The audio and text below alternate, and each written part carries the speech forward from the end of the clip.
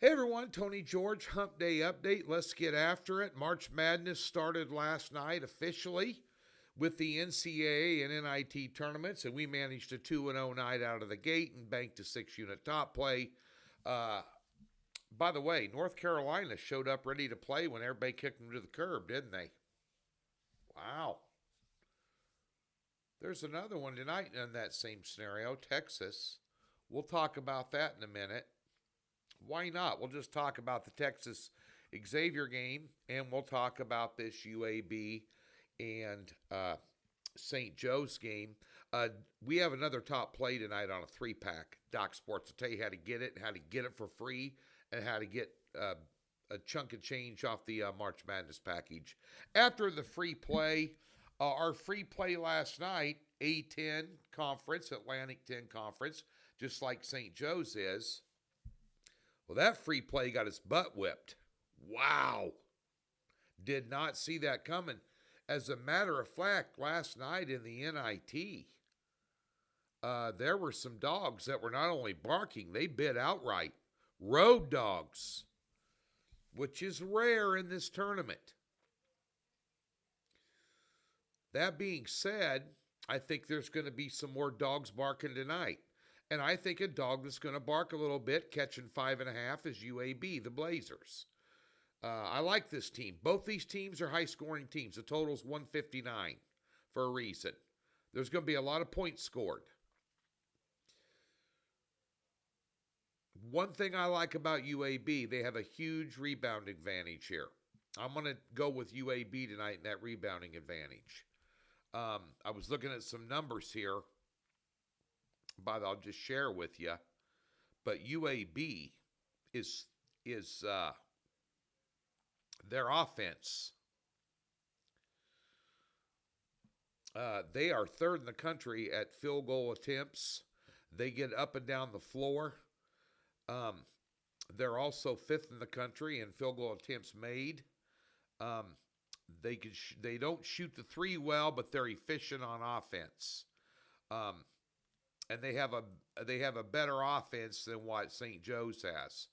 And you take a look at their offensive rebounds, they are third in the nation, going up against UAB, who is 128th in the nation, opposite on the defensive boards. You're talking about the team that puts up 82 points per game in UAB against a team putting up 75. Now, UAB's defense is a little bit suspect. I'm not gonna lie to you. And if they push pace, just look at the amount of field goal attempts they make. But that being said, St. Joe's is not going to be able to dictate pace in this game. And if they get in a track meet with these guys, it brings UAB into the fray.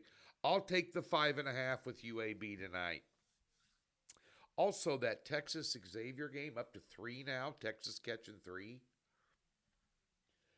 You heard a lot of white noise, and I try and avoid the white noise, but I look at it a little bit. I have no choice. I'm on sports channels all day long and listening to all this podcasts, which I think hold validity, for sure.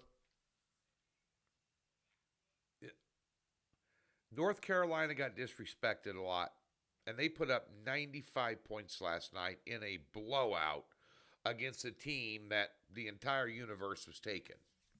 Because all these pundits on TV told you that they were not deserving of even being there. Watch them make a run to the Sweet 16 now. If they play like they did last night, they will. You have another similar situation with Texas. They're in because they're in the SEC. They've only got one quad one win. Well, they beat a number 3 seed in the SEC tournament. And they played a number 2 seed real tight. They got enough moxie here. Now, Xavier had to win a bunch of games down the stretch.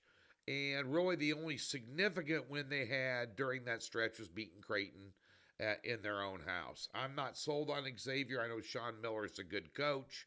He's a cheater when it comes to recruiting, but he's a good coach. But at days in here, I'll take the SEC team and the points for a small little pizza bet lean with UAB being your official free play. There's a couple other free plays from me out right now on Doc's YouTube channel that I taped yesterday for Thursday and Friday. I'll jump back in the fray again tomorrow as well for you. Now, on the website last night, we had St. Francis, PA as a top play, getting 3.5, and they lost by 2 on a crazy play. Madness ensues. Last second, what was it, 2.7 seconds left on the clock, or 3.7 seconds, full court pass. Somehow, in basically a Hail Mary type situation, the ball lands in the guy's hands and he does a layup wide open and they win, basically at the buzzer. Unbelievable. We'll take it. Nothing worse than sweating out a top play in a scenario like that. But and St. Francis, PA had a lot of chances to win that game. But Alabama State's coach at halftime made some big adjustments and outcoached them in the second half, and they outplayed them. That's what happens. And, of course, North Carolina, no-brainer. Now, tonight we have a 3-pack. We have a 6-unit top play in a play-in game, the first play-in game tonight. Like this game. We have a couple NITers for you as well. Doc Sports, free $60. There's a link in the description below the video. Just expand it, the description. There's a link there. It says free $60. There's also just a tab on the website. If you're Gen X, millennial, and never use a laptop, you use your smartphone for everything, text the word Tony to 29022. The link for the free $60 will pop up on your phone. You can sign up right there. There's no strings, no obligations. You get a free $60 in any new account, and it comes with a profit guarantee. You can read about all that on the website. Get hooked up for March Madness. What is it, $149 for a package minus $60? It's $89 for all March Madness? What? That's a bar tab. Come on. 6 people through the drive-thru at Arby's is $80. Come on. Invest, win, get paid.